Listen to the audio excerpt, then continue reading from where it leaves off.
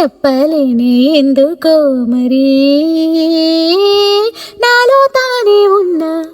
అంతా చూస్తూ ఉన్నా అందుకోడి ఇంత ప్రేమని ఈ నీలి మేఘానితో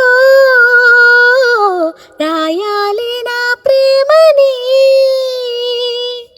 ఈ పూల రాగాలతో